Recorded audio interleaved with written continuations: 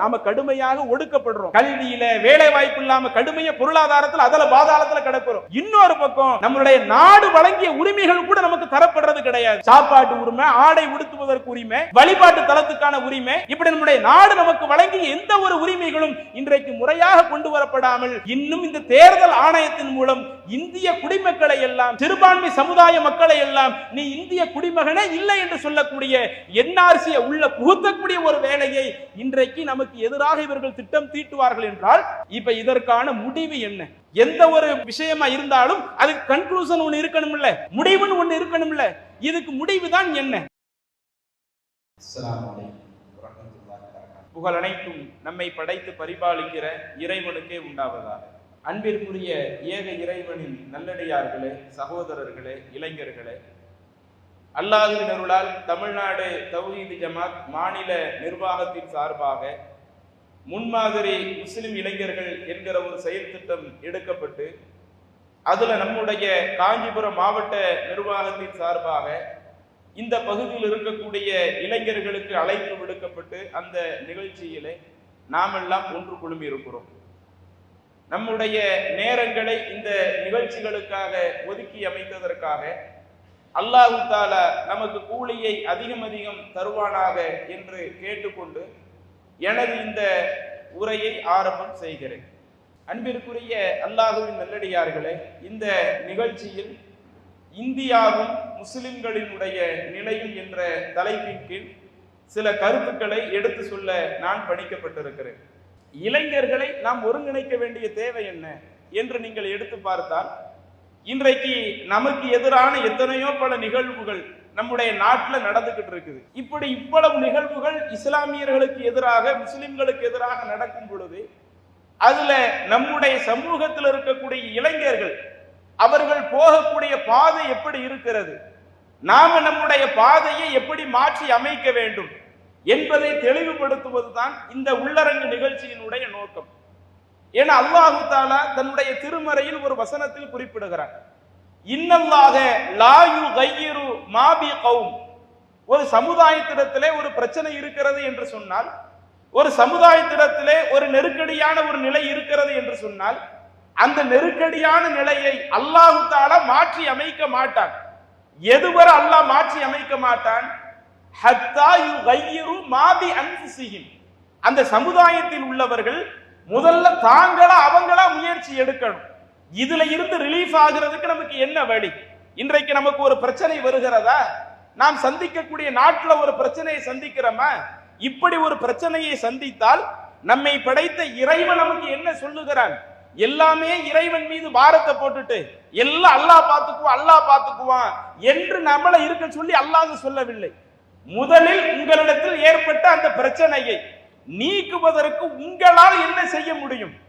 உங்களிடத்தில் நீங்கள் எந்த மாற்றத்தை கொண்டு வர முடியும்? அதற்காக நீங்கள் முயற்சி எடுக்காத வரை ஒரு சமுதாயத்தில் இருக்கக்கூடிய ஒரு குறையை, ஒரு சமுதாயத்தில் இருக்கக்கூடிய ஒரு பிரச்சனையை அல்லாஹ் தஆலா மாற்றி அமைக்க மாட்டான் என்று அல்லாஹ் தன்னுடைய திருமறையில் சொல்லுகிறானே. இந்த வசனத்தை உங்களுடைய மனதில் அடிப்படையில் பதிந்து கொண்டு இப்போது உள்ள விஷயத்திற்கு வாருங்கள். சரி, இன்றைக்கு நம்முடைய நாட்டில் முஸ்லிம்கள் எப்படி இருக்கிறார்கள்? இந்தியாவுக்கும் முஸ்லிம்களுக்கும் உள்ள ஒரு தொடர்பு என்ன? இது ரொம்ப அடிப்படையில் தெரிஞ்சு கொள்ள வேண்டிய கேள்வி. ஒரு சமுதாயம் எப்ப முன்னேற்ற பாதையை நோக்கி போக முடியும்? கடந்த காலத்துல நாம எப்படி இருந்தோம், இப்ப நாம எப்படி இருந்துகிட்டு இருக்கிறோம், இந்த ரெண்டையுமே நாம ஒழுங்கா உணர்ந்தால்தான் நம்மளுடைய எதிர்காலத்தை நாம சிறப்பாக ஆக்குறதுக்கு நாம முயற்சி எடுக்க முடியும். கடந்த கால வாழ்க்கையை பத்தியும் தெரிய மாட்டேங்குது. அப்ப இது போன்ற விஷயங்கள் எல்லாம் ஏதோ இளைஞராக இருக்கிற நாம வெறுமனே பள்ளிவாசல்ல போய் தொழுதுட்டு வரக்கூடியவங்களா, ரமலான் மாசம் வந்தா நோன்பு வைக்கக்கூடியவங்களா, இப்படி மட்டும் இருந்து விட்டு நம்மளுடைய வாழ்க்கையை கொண்டு போயிடக்கூடாது. நாம இருக்கக்கூடிய ஒரு நாடுன்னு சொன்னா இந்த நாட்டுக்கும் நமக்குமான ஒரு தொடர்பு என்ன? இன்னைக்கு மத்த சமுதாய மக்கள் இந்த நாட்டில் இருக்கிறாங்க. இந்தியா என்பது வெறுமனே முஸ்லிம்களை மட்டும் கொண்ட ஒரு நாடு கிடையாது, பல சமூக மக்களை கொண்ட ஒரு நாடு. இங்கே இந்துக்கள் இருக்கிறார்கள், கிறிஸ்துவர்கள் இருக்கிறார்கள், இதே போன்று ஒவ்வொரு மதங்களை பின்பற்றக்கூடிய ஆட்கள் நிறைய இருக்கிறாங்க. இவ்வளவு நபர்கள் இருக்கிறப்ப அடுத்தவங்களுக்கும் நமக்கும் உள்ள வித்தியாசம் என்ன?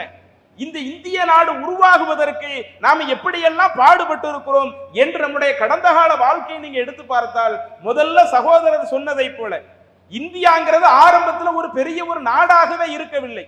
இன்னும் ஒரு மாவட்டத்தை எடுத்துக்கிட்டாலும் அந்த மாவட்டத்துக்குள்ள பல நூறு பிரிவுகளாக ஒரு சின்ன 2-3 ஊர் சேர்ந்து அதை ஒரு தனி நாடாக, அது ஒரு சின்ன சமஸ்தானமாக, அது ஒரு சின்ன ஒரு நிலப்பரப்பாக ஆட்சி செய்யக்கூடிய இப்படி நிறைய குறுநில மன்னர்கள் ஆரம்பத்தில் ஆளக்கூடிய நேரத்துல முஸ்லிம்கள்ல உள்ள ஒருவர் தான் என்ன செய்கிறார், இப்படி சின்ன சின்ன குறுநில மன்னர்களாக நாம இருந்தோம்னு சொன்னால் இது நமக்கு சரி வராது.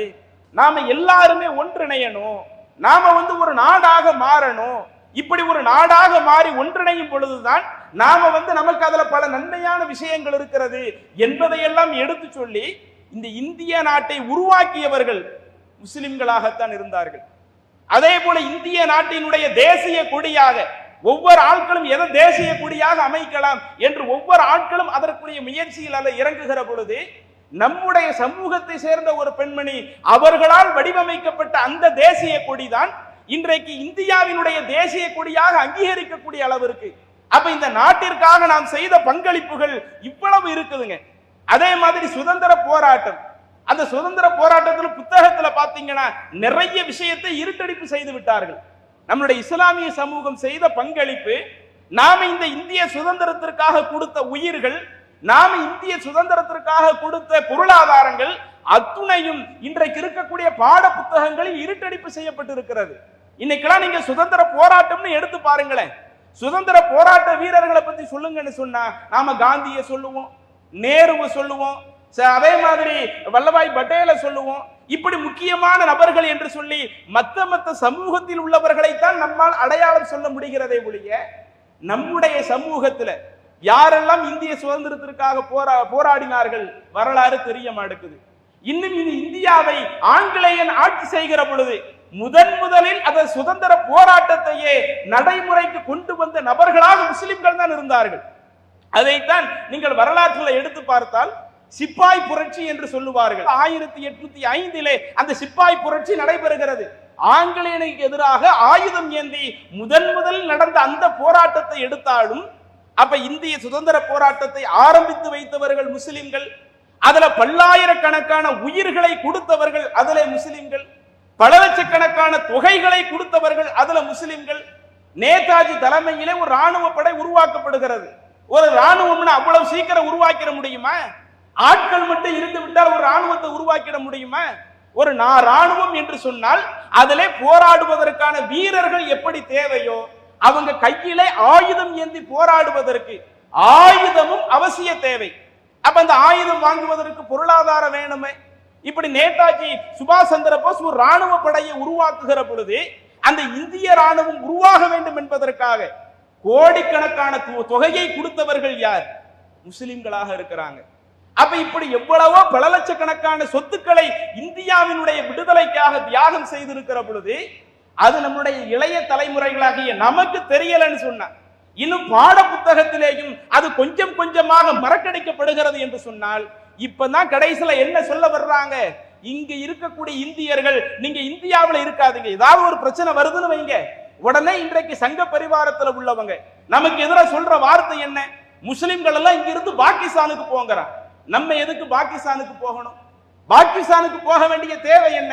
இந்த நாட்டை கட்டமைப்பதற்காக, இந்த நாடு விடுதலை பெற வேண்டும் என்பதற்காக எவ்வளவோ பல தியாகங்களை நாம முன்னின்று நடத்தினால் நம்மை பார்த்து இன்றைக்கு என்ன பேசுறான், பாகிஸ்தானுக்கு போன்னு சொல்றான். ஆனா அதனுடைய வரலாறு நமக்கு தெரிய மாட்டேங்குது. இங்க இருக்கக்கூடிய நம்மளுடைய இளைய தலைமுறைகளுக்கு இந்த இஸ்லாமியர்கள் நமக்கும் இந்த நாட்டுக்கும் உள்ள ஒரு தொடர்பு தெரிய மாட்டேங்குது. இன்னும் சொல்ல போனால் 1947 ஆகஸ்ட் 15 இந்தியா விடுதலை பெறுதா இல்லையா? அந்த இந்தியா விடுதலை பெறுவதற்கு முன்பாக ஆங்கிலேயன் ஒரு முடிவு எடுக்கிறான், இந்தியாவை இனிமே நம்ம என்ன செய்ய முடியாது, அடிமைப்படுத்த முடியாது, இவங்களுக்கு நாம சுதந்திரத்தை கொடுத்துருவோம். சுதந்திரத்தை கொடுக்கறதா இருந்தா எப்படி கொடுக்கிறது, என்னென்ன அம்சத்துல கொடுக்கிறது, இது போன்ற ஒரு திட்டத்தை அவங்க என்ன செய்யறாங்க, இந்தியர்களை விட்டு நாம ரெடி பண்ண சொல்லுவோம் அப்படின்னு சொல்லிட்டு உங்கள இருந்து ஒரு 3 நபர்கள் உள்ளடக்கிய ஒரு குழு அமையுங்க. அவங்க நாங்க சுதந்திரம் கொடுக்கிறதா இருந்தா அந்த சுதந்திரத்தை எப்படி நாங்க கொடுக்கணும், எந்தெந்த கண்டிஷன் அடிப்படையில கொடுக்கணும், அதற்குரிய அந்த திட்டத்தை நீங்களே எங்களுக்கு வகுத்து கொடுங்க என்று ஆங்கிலேயன் ஒரு கோரிக்கை வைக்கிறான். நல்லா கவனியுங்க, இந்த நாட்டை உருவாக்கியதுல நம்மளுடைய பங்களிப்பு எப்படி இருந்ததோ தேசிய கொடியை வடிவமைத்ததுல நம்மளுடைய பங்களிப்பு எப்படி இருந்ததோ, ஏராளமான உயிரை கொடுத்து பொருளாதாரத்தை கொடுத்து இந்த விடுதலைக்காக போராட்டத்தில் ஈடுபட்டதுல நம்மளுடைய பங்களிப்பு எந்த மாதிரி அதிகமா இருந்ததோ, ஆங்கிலேயன் கோரிக்கை வைக்கிறான், ஒரு 3 பேர் கொண்ட குழுவை அமைத்து நாங்க எப்படி சுதந்திரம் கொடுக்கணும், அதற்குரிய டிராப்ட் ஒரு வரைவிலக்கணத்தை நீங்க எங்களுக்கு வகுத்து கொடுங்கன்னு சொல்லுகிற பொழுது, அப்போது 3 நபர்கள் அந்த குழுவிலே தேர்வு செய்யப்படுகிறார்கள். 3 நபர்கள் யாருன்னு பார்த்தால் 3 நபர்களுமே முஸ்லிம்களாக இருக்கிறார்கள். அப்போது காங்கிரஸ்ல இருந்த அபுல் கலாம் ஆசாத் பெரிய ஒரு தலைவராக இருந்தவர், அவர் அந்த குழுவுல ஒரு ஆளா போடுறாங்க. அதே மாதிரி முகமது அலி ஜின்னா, முஸ்லிம் லீக்ல இருந்த அந்த முகமது அலி ஜின்னா, அவரை ஒரு ஆளாக போடுறாங்க. அதே மாதிரி நிறைய நவாபுகள் நிறைய இருந்தார்கள். அந்த நவாபுகளில் உள்ள ஒரு தலைவராக ஒரு முஸ்லிம் இருந்தார். அந்த 3 பேரையும் ஒன்று கூட சொல்லி, நீங்க இந்த சுதந்திரத்திற்காக ஒரு டிராப்ட் எங்களுக்கு தயார் பண்ணி கொடுங்க. அப்ப ஆகமொத்த ஒட்டுமொத்தத்தை நீங்க எடுத்து பாருங்களேன். இந்தியாவை நீங்கள் ஒப்பிட்டு பார்க்கிற பொழுது, கடந்த கால இந்தியா வரலாற்றை நீங்கள் எடுத்து பார்த்தால், அது இந்தியா உருவானதாக இருக்கட்டும், சுதந்திர போராட்டமாக இருக்கட்டும், விடுதலை பெற்றதாக இருக்கட்டும், முஸ்லிம்கள் இல்லை என்று சொன்னால் முஸ்லிம்களை ஒதுக்கி தள்ளிவிட்டு இந்திய வரலாற்றை கட்டமைக்கவே முடியாது என்கிற அளவிற்கு அதிகமான தியாகம் செய்த இந்த சமுதாயம் விடுதலை பெற்ற பிறகு எப்படி இருக்கு தெரியுமா? இப்ப நாம இருக்கக்கூடிய கரண்ட் ஸ்டேட்டஸ்ல நம்மளுடைய நிலை எப்படி இருக்கு தெரியுமா? அதாவது அரசியலை நீங்க எடுத்து பார்த்தா, இப்ப இருக்கக்கூடிய நாடாளுமன்றம் இருக்குதா இல்லையா? அந்த நாடாளுமன்றத்துல மக்களவை, அந்த மக்களவை எம்பிக்கள்ல அதுல என்ன செய்யல, அந்த முஸ்லிம்களுடைய பிரதிநிதித்துவம் ரொம்ப குறைவாக இருக்குது. குறிப்பாக மத்திய அமைச்சர்களுடைய பட்டியல்ல ஒரு முஸ்லிம் கூட இல்லை. அப்ப அந்த அளவுக்கு நாம் என்ன செஞ்சிருக்கிறோம், ரொம்ப பின்தங்கி போய் நிக்கிறோம். முஸ்லிம்னாலே தீவிரவாதி, பயங்கரவாதி. நாங்க உங்களுக்கு வீட்டை கொடுத்தா நாங்க எதுவும் பிரச்சனையில மாட்டிக்கிட கூடாத, நீங்க தீவிரவாதின்னு உங்களை என்ன செய்வாங்க, கைது செய்யறதுக்கு வருவாங்க, விசாரணை பண்றதுக்காக வருவாங்க. உங்களை வீட்டை கொடுத்து நாங்க எதுவும் பிரச்சனைக்குள்ள மாட்டிக்கொள்ள கூடாது என்கிற ஒரு பயம். அப்ப முஸ்லிம்னாலே தீவிரவாதியா இருப்பான், பயங்கரவாதியா இருப்பான் என்கிற ஒரு சித்திரம் இது மக்களுக்கு மத்தியில எடுத்து சொல்லப்படுது நம்ம நாட்டுல. இந்த நாட்டிலேயே முஸ்லிம்களுடைய அடையாளம்னு சில அடையாளங்கள் இருக்கும். ஒரு தெருவுக்கு பேர் வச்சிருப்பாங்க, ஒரு ஊருக்கு பேர் வச்சிருப்பாங்க, அல்லது ஒரு முக்கியமான கட்டிடத்துக்கு பேரை வச்சிருப்பாங்க. அதையெல்லாம் இன்றைக்கு கொஞ்சம் கொஞ்சமாக மாற்றி இன்னைக்கு நம்மளுடைய அடையாளங்கள் என்னவோ எல்லாத்தையுமே ஒழிக்கிற ஒரு வேலையில ஈடுபடுறாங்க. குறிப்பாக இஸ்லாமிய மார்க்கம் தாடிக்கு முக்கியத்துவம் கொடுக்குது. தொப்பியை பொறுத்தவரையில் அது கண்டிப்பாக தொப்பி அணியணும் இஸ்லாம் சொல்லல. அது நம்மளுள்ள சில ஆட்கள் ஒரு உபரியான ஆடையாக நாமளா விரும்பி அணியக்கூடிய ஆடை. அது இன்னைக்கு மற்ற மக்கள் தொப்பியை ஒரு இஸ்லாமிய ஆடையாவே பாக்குறாங்கன்னு வைங்களேன். தாடி வைக்கிறது மார்க்கத்துல இருக்குது. ஒரு வேலைக்கு போய் சேர்றதா இருந்தா நீ ஏன் தாடி வச்சுட்டு வர்ற அப்படின்னு கேள்வி கேட்கிற அளவுக்கு நமக்கு நம்மளுடைய மார்க்க சட்டத்தை பின்பற்றுவதற்கு சில இடங்கள்கள் நம்ம நாட்டில் இன்னைக்கு தரப்பட்டுக்கிட்டு இருக்குது. சிறை கைதிகள் தொடர்பா கோவையில குண்டுவெடிப்பு வழக்கு வந்துச்சு. அதுல சில ஆட்கள் விசாரணை கைதியா வச்சிருந்தாங்க. சில ஆட்கள் இவங்க அந்த குற்றத்தில் நிரூபிக்கப்பட்டாங்கன்னு தண்டனை கொடுக்கப்பட்டாங்க. இதே மாதிரி பொதுவா நம்ம நாட்டுல ஒரு ஆள் தண்டனைக்குரிய ஒரு ஆளாக இருந்தாங்கன்னு சொன்னா சில குறிப்பிட்ட காலத்திற்கு பிறகு நன்னடத்தையின் பேரில் என்ன செய்வாங்க, ரிலீஸ் பண்ணுவாங்க. ஆனா அதுல மத்த சமுதாயத்துல உள்ள ஆட்களை ரிலீஸ் பண்றாங்க, நம்ம சமூகத்துல உள்ளவங்களை ரிலீஸ் பண்ண மாட்டேங்கிறாங்க. ஒண்ணு யாரையுமே ரிலீஸ் பண்ண மாட்டேன்னு இருக்கணும். கைதியாக இருக்கிறாங்களா, அவங்களுடைய முழுமையான தண்டனை காலம் முடியதையும் யாருக்கும் ரிலீஸ் கிடையாது சட்டத்தை பொதுவாக்கணும். நன்னடத்தையின் பெயர்ல சில ஆட்களை என்ன செய்யலாம், ரிலீஸ் பண்ணலாம்னு சொல்லி மத்த சமூகத்திற்கு அந்த வாய்ப்பு கிடைக்குது. நம்ம சமூகம் அதுல திட்டமிட்டு புறக்கணிக்கப்படுது அப்படிங்கிறாங்க. எந்த ஒரு விஷயமா இருந்தாலும் அது முஸ்லிம்களுடைய விவகாரம் என்று வருகிற பொழுது அடித்து கொல்லப்பட்டால் கூட ஒரு 4 நாட்கள் 5 நாட்கள் பேப்பர்ல ஊடகங்கள் அந்த செய்தி பரபரப்பா இருக்கும். அதுவே 1 மாசம் கழிந்துருச்சுன்னு வைங்க, அப்படியே கொஞ்சம் கொஞ்சமாக அந்த செய்தி அதனுடைய அந்த காரமே மக்களுக்கு தெரியாத விதத்துல இந்த பிரச்சனை ஒண்ணு நடந்துச்சான்னு மக்கள் கேள்வி கேட்கக்கூடிய விதத்துல இன்றைக்கு நம்மளுடைய சமுதாயத்திற்கு இவ்வளவு பெரிய ஒரு அவல நிலை. அடிச்சு கொன்னா கூட கேட்கறதுக்கு ஆள் இல்லை. எதுக்குப்பா அவங்களை அடிக்கிறீங்க, எதுக்குப்பா அவங்களை கொலை செஞ்சீங்க என்று அப்படி கேட்பதற்கு கூட நாதியற்ற சமுதாயமாக இந்த இஸ்லாமிய சமூகம் இருக்குது. திட்டமிட்டே பாட புத்தகத்துல வராத அளவுக்கு அப்ப அவ்வளவு கனகிச்சதமா என்ன செய்யறாங்க, இன்றைக்கு காய் நகர்த்துகிறார்கள். முஸ்லிம்களுக்கு அவங்களுடைய கடந்த கால வாழ்க்கையும் தெரிய விட்டுறக்கூடாது.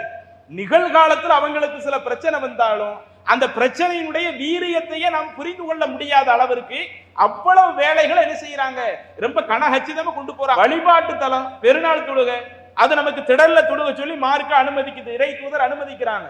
எல்லா தொழுகைகளையும் பள்ளிவாசல்ல தொலைச்சன்னு அல்லாஹ்வுடைய தூதர் நோன்பு பெருநாள், ஹஜ் பெருநாள் ஆகிய தொழுகைகளை எல்லாம் முசல்லா என்ற திடல்ல நமக்கு தொழுது காட்டி இருக்கிறாங்க. அந்த அடிப்படையில் ஒரு திடல்ல போய் நம்ம நின்று தொழுகிறதுக்கு அனுமதி கேட்டா அனுமதி மறுக்கப்படுது. ரோட்ல நின்று ஏதாவது ஒரு தொழுகை நிறைவேற்றப்பட்டால் போலீஸ்காரங்களை விட்டு தாக்குகிறார்கள். அவங்க தன்னுடைய ஏவல் படைகளை விட்டு கடுமையாக தாக்கப்படுறாங்க. ஆனா இதுவே எல்லா சமுதாயத்துக்கு அப்படி இருக்குதா? மத்த சமுதாயத்துக்கு அப்படி இருக்குதா? உதாரணத்துக்கு சொல்றதா இருந்தா அந்த கோழி பண்டிகை ஒண்ணு நடந்துச்சா இல்லையா? அந்த கோழி பண்டிகை அதுல என்ன சொன்னாங்கன்னா, அந்த ஊர்வலம் போக அன்னைக்கு வெள்ளிக்கிழமை இருக்குது, வெள்ளிக்கிழமை பள்ளிவாசல்ல ஜும்மா தொழுகை நடத்தாதீங்க. கோழி பண்டிகையில மக்கள் ஊர்வலமா போவாங்க.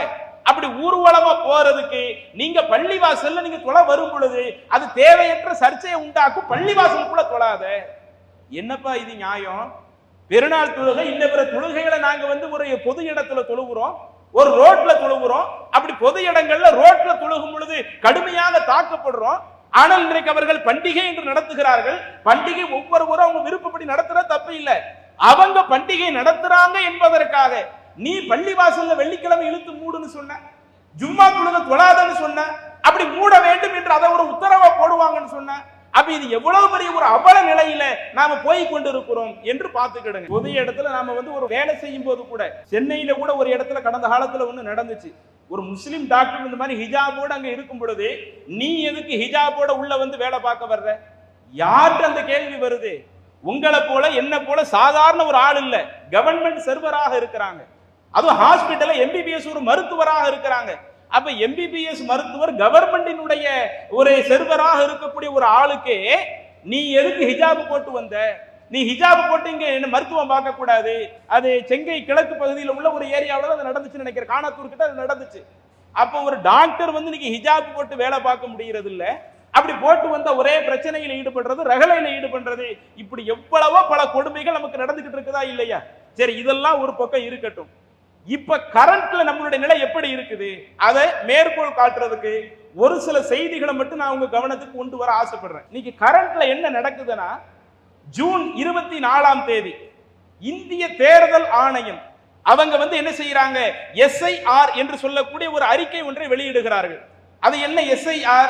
ஸ்பெஷல் இன்டென்சிவ் ரிவிஷன் என்று சொல்லப்படுகிற அந்த வாக்காளர் பட்டியல்ல நாங்க தீவிர திருத்தத்தில் ஈடுபடுறோம் என்று சொல்லி ஜூன் 24ல பீகார் மாநிலத்தில் ஒரு திருத்தத்தை என்ன செய்யறாங்க, தேர்தல் கமிஷன் அறிவிக்கிறாங்க. கடந்த காலத்தில் நீங்க எல்லாம் கேள்விப்பட்டிருப்பீங்க, கொரோனா வர்றதுக்கு முன்னாடி, லாக்டவுன் போடுறதுக்கு முன்னாடி தற்போது இருக்கக்கூடிய ஒன்றிய அரசாங்கம் நாங்க NRC அமல்படுத்துவோம், NPR அமல்படுத்துவோம் என்று அவங்க சொன்னாங்களா இல்லையா? இதை நாங்க அமல்படுத்தி உங்களுடைய குடியுரிமையை நாங்க சோதிப்போம் என்கிற அளவிற்கு என்ன செஞ்சாங்க, NRC NPR CAA என்கிற ஒரு சட்டத்தை நாடாளுமன்றத்தில் தாக்கல் செய்து அதை அமல்படுத்துவோம் என்று சொன்னார்கள். அப்படி சொன்ன நேரத்தில் இந்த இந்தியாவில் என்ன நடந்தது? முஸ்லிம்கள் ஜனநாயக வழிகளில் போராட்டத்தை இறங்கினாங்க. எல்லா ஊர்களிலேயும் போராட்டத்தில் இறங்கினாங்க. கடந்த காலத்தில் எவ்வளவோ பல பிரச்சனை நடக்கும், அப்ப போராட்டமும் நடக்கும். ஏதாவது சில குறிப்பிட்ட பகுதியில் மட்டும்தான் நடக்கும்.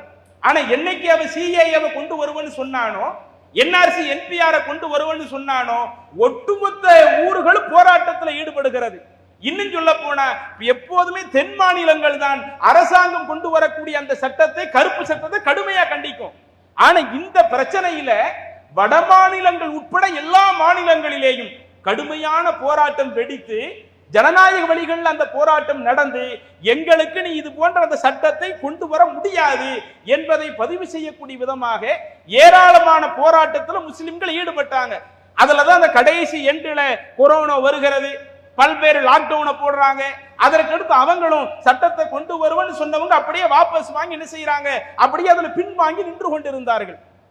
இப்ப என்ன பண்றானா, தேர்தல் ஆணையத்தின் மூலம் ஆரம்பத்தில் அரசாங்கம் நேரடியாக இறங்கினா, நான் CAA சட்டத்தை கொண்டு வருவேன், NRC நான் கொண்டு வருவேன், NPR நான் கொண்டு வருவேன் என்று கவர்மெண்ட் ஆரம்பத்தில் சொன்னது. இப்ப என்ன பண்றான்னா, தேர்தல் ஆணையத்தை வச்சு அதை செய்ய வைக்கிறான்.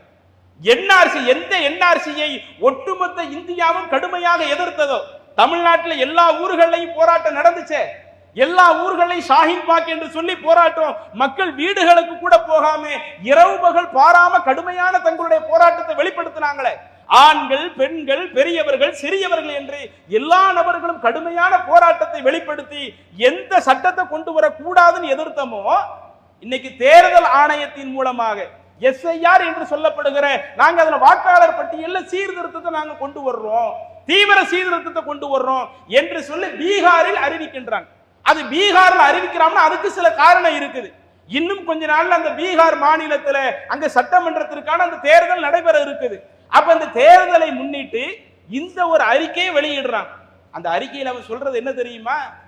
2003 வருஷம், நல்லா கவனிச்சுக்கிடுங்க, 2003 வருஷம் யாரெல்லாம் வாக்காளர் அடையாள அட்டை எடுத்தாங்களோ அவங்க என்ன செஞ்சா போதும், அந்த இதுக்கு முன்னாடி உள்ள அந்த வாக்காளர் அடையாள அட்டையை காட்டி நீங்க அதை பதிவு செஞ்சுக்கிடலாம். 2003க்கு பிறகு யாரெல்லாம் இப்ப வர வாக்காளர் அடையாள அட்டை எடுத்திருக்கிறாங்களோ அவங்க எல்லாருமே இந்த தீவிர திருத்த பட்டியல், அதற்காக நாங்க என்ன செஞ்சிருக்கிறோம், ஒரு ஃபார்ம் கொடுத்திருக்கிறோம். அந்த ஃபார்மை நீங்க நிரப்பி கொடுங்க. அப்படி கொடுக்கிறப்ப 11 ஆவணங்களை சொல்லி அந்த ஆவணத்துல ஏதாவது சில ஆவணங்களை நீங்க கண்டிப்பாக சமர்ப்பிக்கணும். உங்களுடைய பிறந்த தேதியை உண்மைப்படுத்தக்கூடிய விதமா, உங்களுடைய இருப்பிடத்தை உண்மைப்படுத்தக்கூடிய விதமாக இருக்கக்கூடிய ஆவணங்களை பதிவு செய்யணும். எப்பத்துல இருந்து? 2003க்கு பிறகு யாரெல்லாம் ஓட்டர் ஐடி எடுத்தாங்களோ எல்லாத்துக்கும் இந்த சட்டத்தை கொண்டு வர்றான். பொதுவா ஓட்டர் ஐடி எப்ப கொடுப்பான், எந்த வயசுல கொடுப்பான்? 18 வயசுல தான் ஓட்டர் ஐடி கொடுக்கறான். 18 வயசு முடிஞ்சிச்சுன்னு சொன்னா ஓட்டர் ஐடி கொடுக்கறான். அப்ப 2003க்கு பிறகு ஓட்டர் ஐடி எடுக்கிறாங்கன்னு சொன்னா எந்த வருஷத்துல உள்ளவங்களை சொல்ல வர்றான்?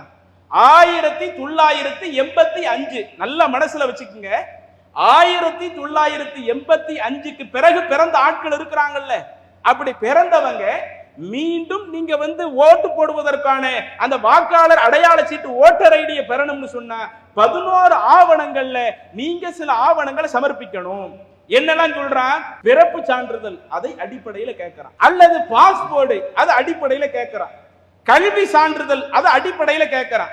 அல்லது அரசாங்கத்துல ஒரு ஆள் ஊழியரா இருக்கிறாங்கன்னு வைங்க, அந்த கவர்மெண்ட் ஸ்டாஃபுக்குன்னு சொல்லி சில ஐடி கார்டு கொடுப்பாங்கல்ல, அல்லது அந்த கவர்மெண்ட் ஸ்டாஃப் அந்த வேலையை முடிச்சுட்டாங்கன்னு சொன்னா இவங்க ஓய்வூதியம் பெறக்கூடியவங்க, அதுக்குன்னு சில ஐடி கார்டு கொடுத்தா அந்த ஐடி கார்டை கொண்டு வாங்க அப்படின்னு கேட்கிறான்.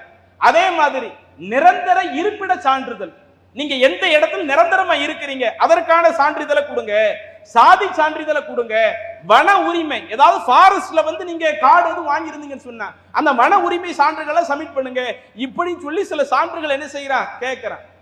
இதுல நீங்க கொஞ்சம் யோசிச்சு பாருங்க. இது நம்ம வெளிப்படையில பார்த்தா ஆமா இதெல்லாம் ஆவணங்கள் கண்டிப்பா சப்மிட் பண்ணித்தானே ஆகணும் என்று இதை சாதாரணமா கடந்து போகக்கூடிய ஒரு நிகழ்வா இருக்குது. இதனுடைய விபரீதம் என்னன்னு புரியாம இருக்குது.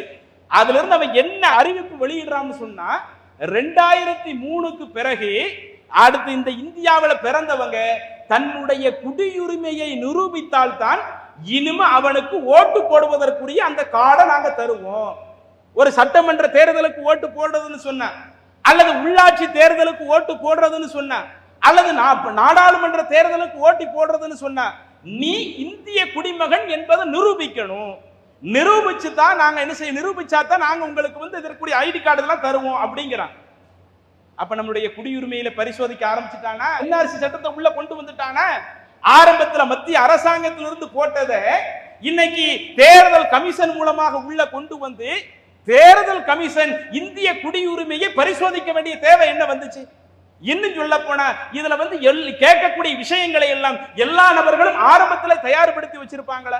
இன்னைக்கு ஒரு குழந்தை பிறக்குதுன்னு வைங்க, பிறந்த உடனே நாம சர்டிபிகேட் வாங்கி வச்சிடுறோம், பிள்ளைங்களை படிக்க வைக்கிறோம், ஸ்கூல் சர்டிபிகேட் வாங்கிடுறோம். 1985 பிறந்த எல்லாத்துக்குமே சர்டிபிகேட் எல்லாருமே வாங்கிக்கிட்டு இருந்தாங்களா? ஆரம்பத்தில் அந்த பிறப்பு சான்றிதழ் எல்லாம் அது விரும்பினவங்க மட்டும் வாங்கின மாதிரி இருந்துச்சு. எல்லா நபர்களும் அதற்கு முயற்சி எடுத்து வாங்கின மாதிரி இல்ல. இன்னும் சொல்ல போன 1989 தான் நான் பிறக்கிறேன். பிறக்கும் போது எனக்கு சான்றிதழ் வாங்கல. ஸ்கூல்ல படிக்கும் போது 8th படிக்கும் பொழுது கோர்ட்ல அலைஞ்சுதான் அதனுடைய அவசியத்தை உணர்ந்து 1989 பிறந்த ஒரு ஆளு எங்க வீட்டுல உள்ள பெற்றோர்கள் பிறக்கக்கூடிய அந்த நேரத்தில் எந்த ஒரு பிறப்பு சான்றிதழ் வாங்கல. திரும்ப அது ரொம்ப அவசியங்கிறத உணர்ந்து கோர்ட் படியேறி பல வருஷம் போராட்டம் நடத்தி அதுக்கடுத்து வாங்க முடியுது. அப்ப 89 பிறந்த ஒருவனே ஆரம்பத்தில் சர்டிபிகேட் வாங்காத ஒரு நிலை இருக்கும் பொழுது இன்னைக்கு அந்த சர்டிபிகேட்டை கொண்டு வந்தா தான் உனக்கு குடியுரிமை கொடுப்போம்னு சொன்னா, அந்த சர்டிபிகேட் கொண்டு வந்தா தான் உனக்கு ஓட்டர் ஐடி கிடைக்கும்னு சொன்னா, இதை எதிர்கட்சிகள்லாம் கடுமையா எதிர்க்கிறாங்க. எதுக்கு நீங்க பீகாரில் இந்த சட்டத்தை கொண்டு வர்றீங்க? இன்னும் கொஞ்ச நாள் அந்த தேர்தலை வைத்து விட்டு இந்த சட்டத்தை கொண்டு வந்தால் இதன் மூலம் எத்தனை நபர்கள் பாதிக்கப்படுவார்கள்? இன்னும் சொல்ல போனால் இந்த பாதிப்பு மத்த சமூகத்தை விட சிறுபான்மை சமுதாயமாக இருக்கக்கூடிய நமக்கு தான் நிறைய இருக்கும். ஏன்னா நம்ம தான் ஆரம்பத்தில் நிறைய ஆவணங்கள் இதெல்லாம் உருவாக்கி வைக்கல. இப்ப நம்மளுடைய பிள்ளைகள் விஷயத்துல நாம எப்படி கவனம் எடுக்கிறோமோ அந்த மாதிரி நாம பிள்ளைகளா இருந்தப்ப நம்ம பெற்றோர்கள் கவனம் எடுக்கல, இந்த நாட்டினுடைய ஆவணங்கள்ல கவனம் எடுக்கல. ஆனால் ஆதார் கார்டு எல்லாம் வாங்கி வச்சிருந்தாங்க. அதான் கோர்ட் கேட்குது, எப்ப நீ இந்திய குடிமகன் என்பதற்கு ஏதாவது சான்று கேட்கிறிய, அதுக்கு நீ ஆதார் கார்டு கேளு. அல்லது கடந்த முறை ஓட்டர் ஐடி வச்சிருக்கிறானே அந்த ஓட்டர் ஐடி அவனுக்கு எப்படி கிடைச்சது? 2003க்கு பிறகு ஒருத்தர் ஓட்டர் ஐடி எடுக்கிறான்னு சொன்னா இந்திய குடிமகனா இருந்தா தானே நீ ஓட்டர் ஐடி கொடுத்திருப்ப. இந்திய குடிமகனாக இல்லாவிட்டால் எப்படி தேர்தல் ஆணையம் ஓட்டர் ஐடியை கொடுக்க முடியும்? அப்ப அந்த ஓட்டர் ஐடி வாங்கினதே இந்திய குடிமகனுக்கு ஒரு பெரிய ஆதாரம் இருக்குது. அதே மாதிரி ஆதார் கார்டு, எதை எடுத்தாலும் ஆதார் கார்டு நீங்க சேர்க்கணும்னு சொல்றீங்கல்ல, ஒண்ணு இல்ல. ட்ரெயின்ல போய் டிக்கெட் போடுறதா இருந்தாலும் ஐஆர்சிடிசி ஒரு ஆப் இருக்குதா இல்லையா, அந்த ஆப்ல டிக்கெட் போடுறதா இருந்தாலும் நாம நம்மளுடைய ஆதார் கார்டை உள்ள இணைச்சா தான் நாம இப்ப டிக்கெட் போட முடியும். தக்கல்ல நம்ம ஆதார் கார்டு அதுல இணைக்கலன்னு வைங்க, நாம டிக்கெட் போட முடியாது. பேங்க்ல ஒரு அக்கவுண்ட் ஓபன் பண்ண வேண்டி இருக்குது, அதுக்கு ஆதார் கார்டு தேவைப்படுது. எந்த ஒண்ணாக இருந்தாலும் மத்த விஷயத்திற்கெல்லாம் ஆதார் கார்டு கேட்கிறவங்க சுப்ரீம் கோர்ட் கேள்வியாவே கேட்குது, நீங்க அந்த 11 ஆவணத்துல எதுக்கு ஆதார் கார்டை சேர்க்கல? ஏன்னா இந்த ஆதார் கார்டு கவர்மெண்ட் கண்டிப்பாக எல்லாரும் வாங்கணும்னு சொல்லி கொடுத்தீங்க. அதை எல்லா இந்திய குடிமக்களும் வாங்கி வச்சிருக்கிறாங்க, எல்லா சமூக மக்களும் வாங்கி வச்சிருக்கிறாங்க.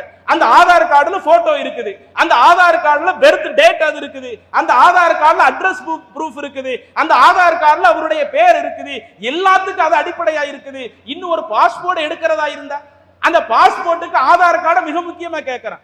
அவன் சொல்லக்கூடிய அந்த 11 கண்டிஷன் இருக்குது இல்ல, அந்த 11 ஆவணங்கள் சொல்றாங்கல்ல, அந்த 11 ஆவணம் எடுக்கிறதா இருந்தா அதுக்கு ஆதார் கார்டு தேவையா. ஆனா இவன் அதுல என்ன கொண்டு வர மாட்டேங்கிறான்? ஆதார் கார்டை ஒரு அடிப்படையாக கொண்டு வராம, ஏன்னா ஆதார் கார்டு எல்லா நபர்கள்ட்ட இருக்கும். பிறந்த சர்டிபிகேட் கேட்டா 1990க்கு முன்னாடிலாம் நீங்க போய் பாத்தீங்கன்னா நிறைய பேருக்கு பிறந்த சர்டிபிகேட்டே இருக்காது. அப்ப பிறந்த சர்டிபிகேட் இல்லையா? இன்னும் சொல்றான் எந்த அளவுக்குன்னா சம்பந்தப்பட்ட நபருக்கு மாத்திரம் பெர்த் சர்டிபிகேட் இல்லையா, அவங்களுடைய அத்தா அம்மாவுக்கு பெர்த் சர்டிபிகேட் வேணுமா. அவங்க பெற்றோருடைய பெர்த் சர்டிபிகேட் கொடுத்தா தான் நாங்க உனக்கு ஓட்டர் ஐடி கொடுப்போம். 1989ல பிறந்த அவனுக்கே பெர்த் சர்டிபிகேட் இல்லனா அவனை பெற்றெடுத்த தந்தைக்கு எப்படி பெர்த் சர்டிபிகேட் இருக்கும்? அவனுடைய தாயாருக்கு எப்படி பெர்த் சர்டிபிகேட் இருக்கும்? அப்ப இதையெல்லாம் அடிப்படையாக வைத்து உன்கிட்ட எதையுமே நீ ஆவணத்தை சமர்ப்பிக்கல, அப்ப நீ இந்திய குடிமக்கள் அல்ல, உனக்கும் இந்தியாவுக்கு எந்த சம்மந்தம் கிடையாது. அப்ப உனக்கும் இந்தியாவுக்கு எந்த சம்பந்தம் இல்லைன்னா நீ இந்த நாட்டில் குடியேற வந்தவன் தானே ஒழிய இந்த நாட்டுக்காக போராடியதில் நீ கிடையாது என்று கொள்ளைப்புற வழியாக நம்ம இந்தியன் இல்ல சிஏஏ என்கிற ஒரு கொடிய சட்டத்தை இன்றைக்கு என்ன செய்கிறான், பீகார்ல உள்ள கொண்டு வர போறான். அதுல அந்த எலெக்ஷன் கமிஷன் சொல்றான், கோர்ட் கேள்வி கேட்குது, அது எதுக்கு திடுதுப்புன்னு நீங்க பீகார்ல அறிமுகப்படுத்துறீங்க? பீகாரில் இந்த சட்டத்தை ஜூன் 24ல அறிவிக்க வேண்டிய தேவை என்ன வந்துச்சுன்னு கேட்கும் பொழுது, இது நாங்க பீகாருக்கு மட்டும் சொல்லல, ஒட்டுமொத்த இந்தியாவுக்கு அந்த திருத்த பணியை மேற்கொள்ள போறோம், அதுல முதற்கட்டமா நாங்க பீகாரை கையில் எடுத்திருக்கிறோம் என்று எலெக்ஷன் கமிஷன் உச்ச நீதிமன்றத்தில் என்ன செய்யறாங்க, தங்களுடைய வாதத்தை முன்வைக்கிறார்கள். அப்ப ஒட்டுமொத்த இந்தியாவிலையும் இந்த மாதிரி 2003 முன்னாடி யாரெல்லாம் ஓட்டர் ஐடி எடுக்கிறாங்களோ அவங்களை எல்லாம் நாங்க குடியுரிமையை பரிசோதித்து தான் இனிமே ஓட்டு போடக்கூடிய உரிமையை கொடுப்போம்னு சொன்னா இதைத்தானங்க கடந்த காலத்துல எதிர்த்தோம். கடந்த காலத்துல போராடினது எதற்கு? ஒவ்வொரு நாளும் ஷாஹின்பாக் போராட்டம் என்று நடைபெற்றது எதற்கு? ஆண்கள் பெண்கள் ஆயிரக்கணக்கில் ஒவ்வொரு பகுதியிலும் போராடியது எதற்கு? அப்ப எந்த போராட்டத்தை நாம முன்னின்று நடத்தினமோ அதையே இன்றைக்கு கொள்ளைப்புற வடிவில் பின்வாசல் வழியாக இன்னைக்கு என்ஆர்சியை உள்ள கொண்டு வருவாம் என்று சொன்னால் இது இன்னைக்கு நமக்கு தெரியலனா, இளைய தலைமுறைக்கு தெரியலனா, நமக்கே தெரியாட்டே நம்ம சமூகத்தில் உள்ள முதியவர்களுக்கு என்னங்க தெரியும்? இன்னைக்கு நம்ம சமூகத்தில் இருக்கக்கூடிய முதியவர்கள் அத்துணை நபர்களும் படிப்பறிவு உள்ளவர்களா? நம்மளாவது 10th முடிச்சிருக்கிறோம், 12th முடிச்சிருக்கிறோம், மேற்படிப்பு படிச்சிருக்கிறோம், நமக்கு இந்த சட்டத்தினுடைய விபரீதம் தெரியுமா இருக்குது? இளைஞரா இருக்கிற நமக்கே தெரியவில்லை என்று சொன்னால் படிப்பறிவே மிக மிக குறைவுல இருக்கக்கூடிய நம்மளுடைய முதிய தலைமுறைகளுக்கு எப்படி இருக்கும்? அப்ப இன்றைக்கு கொள்ளைப்புற வடிவில இது போன்ற ஒரு அநியாயம் நம்முடைய குடியுரிமையே பரிசோதிக்க நினைக்கிறானே, அப்ப இந்த சந்தர்ப்பத்தில் நாம எப்படி இருக்கணும் யோசித்து பாருங்க. அதே மாதிரி வக்ஃப் திருத்த சட்டம் ஒரு சகோதரர் சொன்னாரு, நமக்கு எதிராக வக்ஃப் சட்டத்தை கொண்டு வந்திருக்கிறாங்க.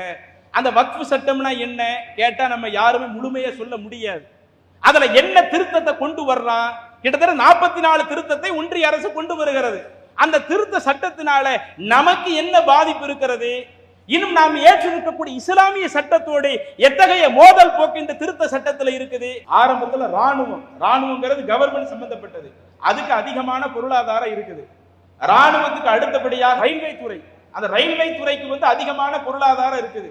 அந்த ரயில்வே துறைக்கு அடுத்தபடியா அதிகபட்ச பொருளாதாரம் கொண்ட ஒரு துறையாக முஸ்லிம்கள் கையில வைத்திருக்கிற வக்ஃப் துறை இருக்குது. இன்னைக்கு அந்த வக்ஃப் சட்டத்துல நம்முடைய இஸ்லாமிய மார்க்கம் சொல்லுது, பொதுவா இஸ்லாம் சொல்லக்கூடிய சட்டத்துக்கு நாம எவ்வளவு முக்கியத்துவம் கொடுக்கணும். அல்லாஹ்வுடைய தூதர் ஒன்றை வழிகாட்டி விட்டால் அதற்கு மாற்ற நமக்கு எதுவும் இருக்க முடியாது. ஏன்னா முஸ்லிம்கள் அப்படித்தான் நம்ம இறை தூதருடைய கூற்றை நம்புறோம். நம்மளுடைய உயிரை விட மேலாக ரசூலுல்லாஹி ஸல்லல்லாஹு அலைஹி வஸல்லம் சொன்ன கூற்றம் நம்புறோம். அல்லாஹ்வுடைய தூதர் சொல்றாங்க, ஒருவன் ஒரு சொத்தை வக்ஃப் செய்யப்பட்டு விட்டால் லா யுபாஉ, அந்த சொத்தை யாருக்கும் வித்துறக்கூடாது. வலா யூஹபு, அந்த சொத்தை யாருக்கு அன்பளிப்ப வழங்கிடக்கூடாது. வலா யூரசு, அத வாரிசுதாரர்கள் எனக்கு இது வாரிசு உரிமையில கொடுங்கன்னு கேட்க கூடாது. வக்ஃப் சொத்துனா அது விற்க கூடாது, அன்பளிப்பு கொடுக்க கூடாது, வாரிசு உரிமையில வழங்க முடியாது என்றெல்லாம் இருக்கும் பொழுது அதிகபட்ச பொருளாதாரத்தை கொண்ட வக்ஃப் துறையில இவன் என்ன பண்ண வர்றான்னா 44 திருத்த சட்டத்தை உள்ள கொண்டு வந்து, இதுக்கு முன்னாடி முஸ்லிம்கள் தான் அந்த வக்ஃப் துறை நிர்வகிக்கணும்னு இருந்துச்சு, இப்ப முஸ்லிம் அல்லாத நபரையும் உள்ள நுழைக்கலாம் என்று சொல்லி திருத்தத்தை கொண்டு வர்றான். ஆரம்பத்துல ஒருவன் வக்ஃப் சொத்தை அபகரித்தான்னு சொன்னார், அது நிரூபிக்கப்பட்டுச்சுன்னா அவனுக்கு சட்டப்படி சிறை தண்டனை கொடுக்கணும், 2 வருடம் வரை அவங்களுக்கு சிறை தண்டனை கொடுக்கணும், அபராதம் விதிக்கணும்னு இருந்துச்சு. இப்ப அந்த சட்டத்தையே நீக்கிட்டான். இனிமே வக்ஃப் சொத்தை அபகரித்தவனுக்கு சிறை தண்டனை கிடையாது.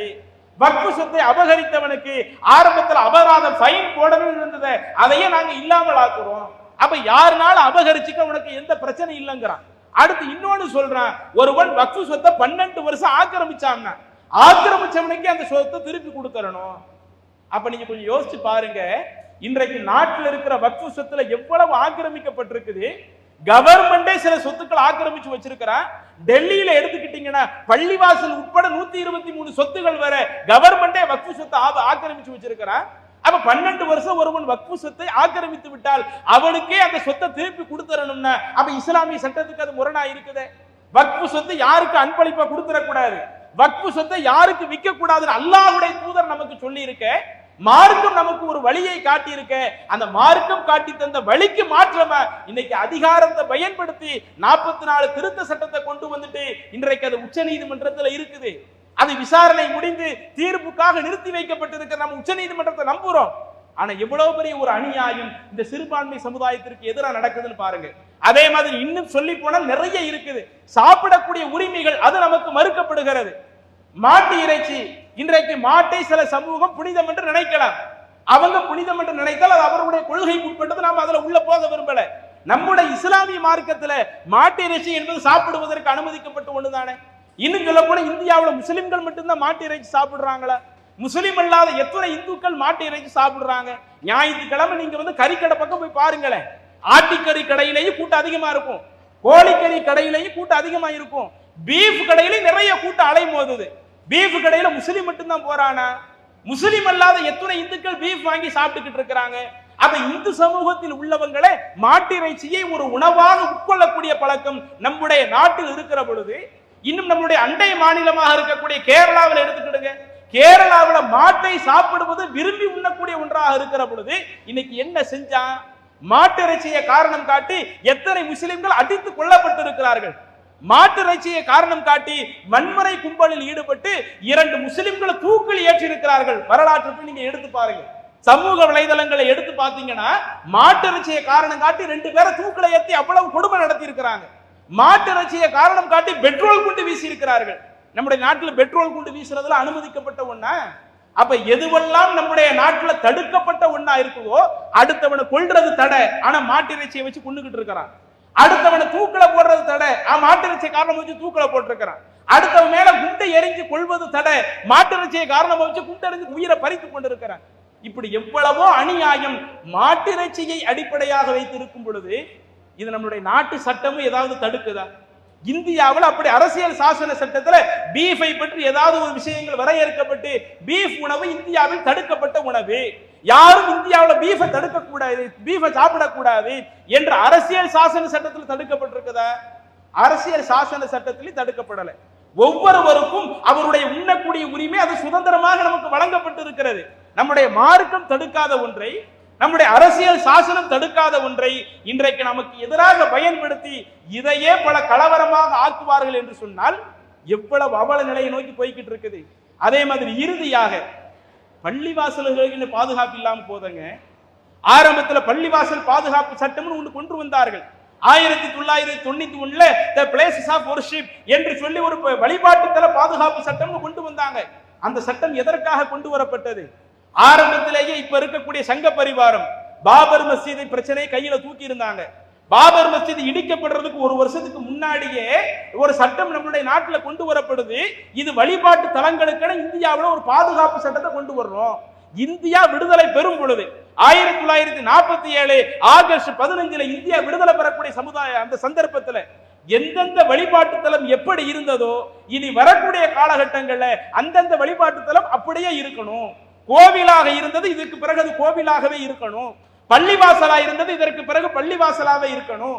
சர்ச்சாக இருந்தது இதற்கு பிறகு சர்ச்சாவே இருக்கணும் என்று சொல்லி ஒவ்வொரு வழிபாட்டு தலமும் இந்தியா விடுதலை பெறும் பொழுது எப்படி இருந்ததோ அது அப்படியே இருக்க வேண்டும் என்று சட்டம் கொண்டு வந்தா.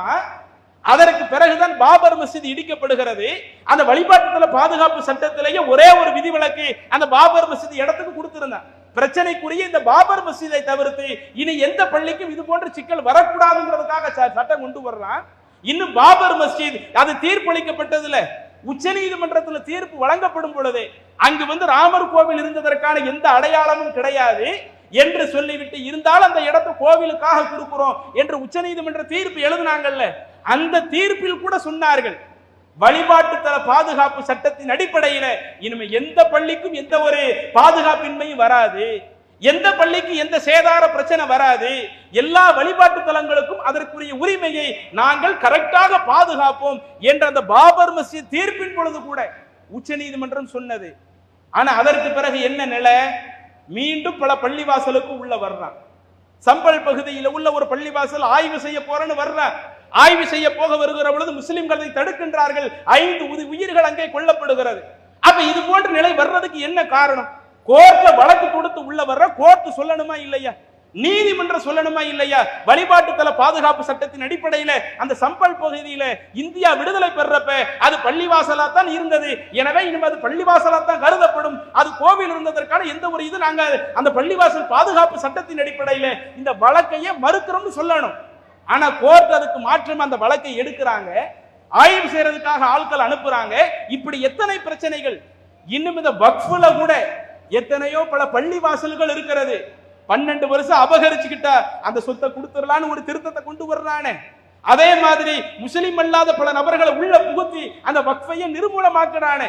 இதுல ஏராளமான பள்ளிவாசலுடைய நிலையை கேள்விக்குறியாகும் பொழுது அப்ப நம்முடைய ஒட்டுமொத்த நிலையை பாருங்க.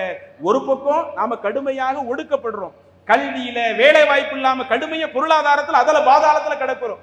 இன்னொரு பக்கம் நம்மளுடைய நாடு வழங்கிய உரிமைகள் கூட நமக்கு தரப்படுறது கிடையாது. சாப்பாட்டு உரிமை, ஆடை உடுத்துவதற்கு உரிமை, வழிபாட்டு தலத்துக்கான உரிமை, இப்படி நம்முடைய நாடு நமக்கு வழங்கிய எந்த ஒரு உரிமைகளும் இன்றைக்கு முறையாக கொண்டு வரப்படாமல் இன்னும் இந்த தேர்தல் ஆணையத்தின் மூலம் இந்திய குடிமக்களை எல்லாம், சிறுபான்மை சமுதாய மக்களை எல்லாம் நீ இந்திய குடிமகனே இல்லை என்று சொல்லக்கூடிய என்ஆர்சியை உள்ள புகுத்தக்கூடிய ஒரு வேலையை இன்றைக்கு நமக்கு எதிராக இவர்கள் திட்டம் தீட்டுவார்கள் என்றால் இப்ப இதற்கான முடிவு என்ன? எந்த ஒரு விஷயமா இருந்தாலும் அதுக்கு கன்க்ளூஷன் ஒன்று இருக்கணும்ல, முடிவுன்னு ஒன்று இருக்கணும்ல. இதுக்கு முடிவு தான் என்ன? முதல்ல இதற்கான தீர்வு கல்வியில இருக்குது. கல்வியில கொஞ்சம் முன்னேறி வாங்க. இன்னைக்கு நம் சமுதாயம் சில குறிப்பிட்ட துறைகளை தேர்வு செய்வதே கிடையாது. எல்லாம் பாத்தீங்கன்னா ஆரம்பத்தில் இருந்ததை விட கல்வியில கொஞ்சம் விழிப்புணர்வு இருக்குது. அந்த விழிப்புணர்வு இருந்தால் மட்டும் பத்தாது. எல்லா துறைகளிலேயும் இஸ்லாமிய சமுதாயம் உள்ள போகணும்னா நாம எந்தெந்த கல்விகளை தேர்வு செய்யணும், அதுல கொஞ்சம் விழிப்புணர்வோடு செயல்படுங்க. 10th முடிக்கிறீங்களா, 11th நீங்க ஒரு குரூப் தேர்வு செய்யறீங்களா, அது ஏ குரூப்பா இருக்கட்டும், சயின்ஸ், கம்ப்யூட்டர் சயின்ஸ், எந்த ஒரு குரூப்பா இருக்கட்டும், நான் இந்த குரூப்பை தேர்வு செஞ்சோம்னா என்னுடைய அடுத்த கட்ட இலக்கு என்ன, இலக்கை பார்த்து நீங்கள் அந்த குரூப்பை தேர்வு செய்யுங்கள். 12th முடிக்கிறீங்களா, 12th முடிச்சு அடுத்து நீங்க ஒரு துறையை தேர்வு செய்றீங்களா, அது இன்ஜினியரிங் துறையாக இருக்கட்டும், அல்லது மெடிக்கல் துறையாக இருக்கட்டும், அல்லது ஆர்ட்ஸ் போன்ற அந்த துறைகளாக இருக்கட்டும், எந்த ஒரு துறையை தேர்வு செய்தாலும் இதை நான் தேர்வு செய்தால் வெறுமன் டிகிரி பட்டம் வாங்குறது மட்டும் நம்மளுடைய நோக்கம் கிடையாது. இன்னைக்கு நம்முடைய இஸ்லாமிய சமூகத்துல எடுத்து பாத்தீங்கன்னா ஆரம்பத்துல 10 படிச்சவங்கள எண்ணிக்கை குறைவா இருந்துச்சு. திரும்ப அடுத்து 12 படிச்சவங்களாக மாறினாங்க. இப்ப டிகிரி படிச்சவங்க நிறைய இருக்கிறாங்க. நான் பிஏ முடிச்சிருக்கேன், பிஎஸ்சி முடிச்சிருக்கிறேன், எம்ஏ முடிச்சிருக்கிறேன், யூஜி பிஜின்னு சொல்லி இப்படி நிறைய கிராஜுவேட்டா இருக்கிறாங்க. ஆனா அப்படி கிராஜுவேட்டா என்ன செய்ய? நாம அந்த டிகிரியை வச்சு என்ன பயன்படுத்தணும்? அரசு துறைகளுக்கு உள்ள போறதுக்கு பயன்படுத்தணுமா? டிஎன்பிஎஸ்சி எக்ஸாம்ல குரூப் 4க்கு அவன் வச்சிருக்கிற தகுதியே 10th தான் ஒரு அடிப்படையா வைக்கிறான். இன்னைக்கு படிச்சு முடிச்சுட்டு நம்ம ஏதோ ஒரு வேலையில இருக்கிறோம், வேலையில நீங்க ஈடுபடுங்க. கவர்மெண்ட் வேலைக்கு முயற்சி எடுத்தா என்ன? ஏன் நீங்க டிஎன்பிஎஸ்சி தேர்வு எழுதுனா என்ன? அல்லாஹ் நாடி அதுல ஒரு தேர்வுல உள்ள போறீங்க. ஆரம்பத்துல பெரிய போஸ்டிங் போகாவிட்டாலும் ஒரு சிறு துறையில உள்ள போனாலும் நான் உள்ள போனோம்னா அடுத்து என்னுடைய சகோதரனை உள்ள கொண்டு வர்றதுக்கு முயற்சி எடுக்க மாட்டேனா? நான் உள்ள கவர்மெண்ட் துறையில இருந்தோம்னா என்னுடைய பிள்ளைகளை இதே போல கவர்மெண்ட் வேலையில வரணும்னு நான் முயற்சி எடுக்க மாட்டேனா? இன்னைக்கு எவ்வளவோ பல துறைகள் இருக்கிறது, ஆனா அதுல நாம உள்ள போறதே இல்லை. உதாரணத்துக்கு சொல்றதா இருந்தா நமக்கு தெரிஞ்ச ஒரு நண்பர், அவரு டிடிபி அந்த ஒர்க் அதெல்லாம் டிசைன் பண்ணக்கூடிய ஒர்க்ல உள்ளவர். கவர்மெண்ட்ல திடீர்னு அந்த வேலைக்காக என்ன செய்யறாங்க, பேப்பர்ல ஒரு அறிவிப்பு போடுறாங்க. இன்னொரு நபர் என்ன செய்யறாருன்னா, உன்னுடைய படிச்ச துறைக்கு கவர்மெண்ட்ல வந்து வேலைக்கு வந்து நினைச்சிருக்கிறாங்க, இப்படி எக்ஸாம் போட்டிருக்கிறாங்க, அதில் அட்டன் பண்ணி பாரு. இன்னொரு நபர் அவரை வந்து உள்ள கொண்டு போய் சேர்க்கிறாரு. சரி, நம்ம அந்த டெஸ்ட்ல எழுதித்தான் பார்ப்போமே. உள்ள போறாரு. இன்றைக்கு கவர்மெண்டினுடைய ஒரு ஊழியராக, கவர்மெண்ட் ஸ்டாஃபாக இன்றைக்கு என்ன செய்யறாரு, மாநில அரசாங்கத்துல ஒரு துறையில இன்றைக்கு அந்த எடிட்டிங் பண்ணக்கூடிய துறையில வேலை பார்த்துக்கிட்டு இருக்கிறாரு. அப்ப இன்றைக்கு நம்ம படிச்சாலும் அதற்குரிய வாய்ப்பு இருக்கிறதே தெரிய மாட்டேங்குது. எக்ஸாம் நடந்தாலும் அதை போய் நாம எழுதணுமா நினைக்கிறோமே. இப்படி நாம இருந்தோம்னா 10th 12th அல்லது அதுக்கு மேல உள்ள படிப்போ, இன்ஜினியரிங் படிப்போ, இப்படி நாம இருந்து கவர்மெண்ட் துறைக்கு உள்ள போகக்கூடிய அந்த ஒரு வேலையில நாம இறங்காவிட்டால் அப்ப நம்ம சமுதாயத்துக்காக யார் போராடுவது? இன்னைக்கு அதிகார மட்டத்து சகோதரர் சொன்னாங்கல்ல, இன்றைக்கு ஒரு நீதிபதியாக இருக்கக்கூடியவர் சட்டத்தின்படி அவர் தீர்ப்பளிக்க மாட்டேங்கிறாரு. அதுவே ஒரு முஸ்லிம் இருந்தால் நாம் முஸ்லிம் என்பதற்காக தீர்ப்பளிக்க தேவையில்லை. சட்டத்தின்படி தீர்ப்பு கொடுத்தால் நமக்கு அந்த உரிமைகளை எல்லாம் சரியா கிடைக்குமாங்க? எவ்வளவோ உரிமைகள் நமக்கு இந்த நாட்டில் மறுக்கப்படுகிற பொழுது சட்டத்தின்படியே போனாலும் அவ்வளவு விஷயங்கள் நாம பெற வேண்டும் என்று சொன்னால் எல்லா அதிகார மட்டங்களிலேயும் முஸ்லிம்களாகிய நாம இருக்கணும். எந்த ஒரு துறையாக இருக்கட்டும், போலீஸ் துறையாக இருக்கட்டும், ஆர்மியாக இருக்கட்டும், அதே மாதிரி வருவாய் துறையாக இருக்கட்டும், ஒரு கலெக்டர் ஆபீஸாக இருக்கட்டும், எல்லா துறைகளிலேயும் நாம நம்முடைய சதவீதத்துக்கு தகுந்த மாதிரி அது என்ன பணி கிடைக்குதோ, பியூன் வேலை கிடைக்குதா அதை பாருங்க, கலெக்டர் உத்தியோகம் கிடைக்குதா அதை பாருங்க. எல்லா துறைகளிலேயும் நாம உள்ள இருந்தோம்னு சொன்னால் நாம நம்ம சமுதாயத்துக்கு ஒரு தலைபட்சமா நடக்க வேண்டாம். இனி இஸ்லாமிய மார்க்கம் அப்படி ஒரு தலைபட்சமா நடக்க சொல்லல. எது நியாயமோ, எது நீதியோ, எது நேர்மையோ அந்த அடிப்படையில் நடந்தால் அதிகாரத்தில் இருந்து இந்த சமுதாயத்திற்கு நாம ஏதாவது உதவி செஞ்ச நபர்களாக மாற முடியுமே. ஆனா இன்னைக்கு இளைஞர்கள் இப்படி முடிக்கிறது இல்ல. சில இளைஞர்கள் இருக்கிறாங்க, படிக்கிறாங்க, படிச்சு முடிச்சு வேலைக்கு போறாங்க. எனக்கு மாசம் 30,000 ரூபாய் சம்பளம் வந்துருச்சா, அல்லது நான் வெளிநாட்டுல போய் எனக்கு 50,000 ரூபாய் சம்பளம் கிடைச்சிருச்சா, அந்த சம்பளம் எனக்கு போதுமானது என்று இருக்கிற ஒன்றை பெருசா நினைக்கிறானே ஒழிய, என்னுடைய குடும்பத்தை நான் நல்ல முறையில கொண்டு வந்துட்டேனே என்று தன்னுடைய குடும்பத்தை மட்டும் பெருசா நினைக்கிறானே ஒழிய, அதே நேரத்தில் அவன் கவர்மெண்ட் ஜாப்ல இருந்தாமனா அவனுக்கு கிடைக்கக்கூடிய ஊதியம் கொஞ்சம் குறைவாக இருந்தாலும் அதன் மூலம் சமுதாயத்துக்கு நன்மை இருக்குது. இந்த சமுதாயத்திற்காக பாடுபட்டவனாக அவன் மாறலாமே. இப்படி ஒருவன் அடுத்தவனை வாழ வைக்கக்கூடியவனாக இருந்தால் அல்லாஹ் தன்னுடைய திருமறையில் சொல்லுகிறானா இல்லையா, மன் அஹ்யாஹா ஃபகஅன்னமா அஹ்யன்னாஸ ஜமீஆ, யார் ஒரு உயிரை வாழ வைக்கிறாரோ ஒட்டுமொத்த மக்களை வாழ வச்சதுக்கு சமம். என்னைக்கு நம்ம அதுக்கு வர்றது? அப்ப இதற்கு முதல் தீர்வு நாம எடுக்க வேண்டியது அரசியலை விட நாம எடுக்க வேண்டிய முதலாவது விஷயம் கல்வியில் இருக்கிறது. கல்விக்கு அடுத்து அதிகாரத்தில் இருக்கிறது. அந்த அதிகாரத்தில் உள்ள வந்துட்டோம்னு வைங்க, இன்னைக்கு ஒருவேளை அரசியல்ல நாம முழுமையான பிரதித்துவம் கிடைப்பது அது வேண்டும் தான். ஒருவேளை கிடைக்காவிட்டாலும் அதிகார மட்டத்திற்குள் உள்ளே நாம் இருந்து விட்டால் நமக்குள்ள உரிமையை யாராலும் மறுத்து விட முடியாது. இன்றைக்கு நீங்க தமிழகத்தில் எடுத்துக்கிடுங்க, இந்தியாவில் எடுத்துக்கிடுங்க, பார்ப்பன சமுதாயம் விரல் விட்டு என்றதா இருந்த மொத்த மக்கள் தொகையில 3% கூட இருக்க மாட்டாங்க. 3% இல்லாத அந்த பார்ப்பனிக துறை இன்னைக்கு ஒவ்வொரு அரசு துறையில் எடுத்து பாருங்க, ராணுவத்தில் எடுத்து பாருங்க, போலீஸ் துறைகள் எடுத்து பாருங்க, IAS IPS ஆபீசர்கள் எடுத்து பாருங்க, அவங்களுடைய சதவிகிதத்தை விட ரொம்ப அதிகமாக அவங்களுடைய பங்கு இருக்கிறதுனால இன்னைக்கு அவங்களுடைய சமூகத்திற்கு எவ்வளவு பெரிய ஒரு பாதுகாப்பு அரணா நிற்கிறாங்க. அதே போல முஸ்லிம்களாகிய நாமே நம்முடைய பிரதிநிதித்துவத்திற்கு தகுந்த மாதிரி ஐஏஎஸ் ஆபீசர்களாக, ஐபிஎஸ் ஆபீசராக, ஒவ்வொரு அரசு துறை ஊழியர்களாக நாம் இருந்தோம் என்று சொன்னால் இது நம்முடைய சமுதாயத்திற்கு பாதுகாப்பு. இதை நாம் செய்ய வேண்டும். இன்ஷா அல்லாஹ் இதற்கு முயற்சி எடுக்கலாமா? இந்த 10th படிக்கக்கூடிய மாணவர்கள், 11th 12th படிக்கக்கூடிய மாணவர்கள், அதற்கு மேல உயர்கல்வி தேர்வு செய்யக்கூடியவர்கள், இன்ஷா அல்லாஹ் நான் படித்து முடித்து அரசு துறைகள் ஏதாவது ஒரு துறையில உள்ள போய் அனைத்து சமுதாயத்திற்கும் நான் சேவை செய்வேன் என்று உறுதியோடு நீங்கள் பயணிங்கள். அல்லாஹ் நிச்சயம் நமக்கு வெற்றியை தருவான். இதைத்தான் ஆரம்பத்துல சொன்னேன். இன்னல்லாஹ லா யுகையிரு மா பி கௌமின் ஹத்தா யுகையிரு மா பி அன்ஃபுஸிஹிம். ஒரு சமுதாயம் தங்களிடத்தில் உள்ள ஒன்றை மாற்றிக் கொள்ளாத வரை அல்லாஹ் அவர்களிடத்தில் உள்ள விஷயத்தை மாற்ற மாட்டான்.